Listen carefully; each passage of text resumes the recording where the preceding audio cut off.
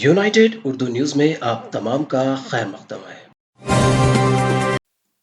शिवसेना के सरबराह उद्धव ठाकरे को एक और झटका लगा। उनके भतीजे नेहा ठाकरे ने महाराष्ट्र के चीफ मिनिस्टर एकनाथ शिंदे से मुलाकात की, लेकिन दोनों ने किन मामलों पर बात की इसका फौरी तौर पर इल्म नहीं हो सका। ताहम इस मुलाकात ने सियासी हलकों में मौजू बहस बन गया है। एकनाथ शिंदे ने शिवसेना में उद्धव ठाकरे के खिलाफ बगावत करते हुए अक्सरियती एमएलए को अपनी तरफ ले लिया। उसके बाद की सियासी पेशरफ्त के बाद उद्धव ठाकरे ने चीफ मिनिस्टर के ओहदे से इस्तीफा दे दिया और शिंदे ने उनकी जगह चीफ मिनिस्टर का ओहदा संभाल लिया। वो फिलहाल बीजेपी एमएलए की हिमायत से चीफ मिनिस्टर के ओहदे पर फाइज है। तब से शिवसेना में उदय और शिंदे ग्रुपों के दरमियान बालादस्ती की लड़ाई शुरू हो गई और लफ्ज़ी जंग जारी है।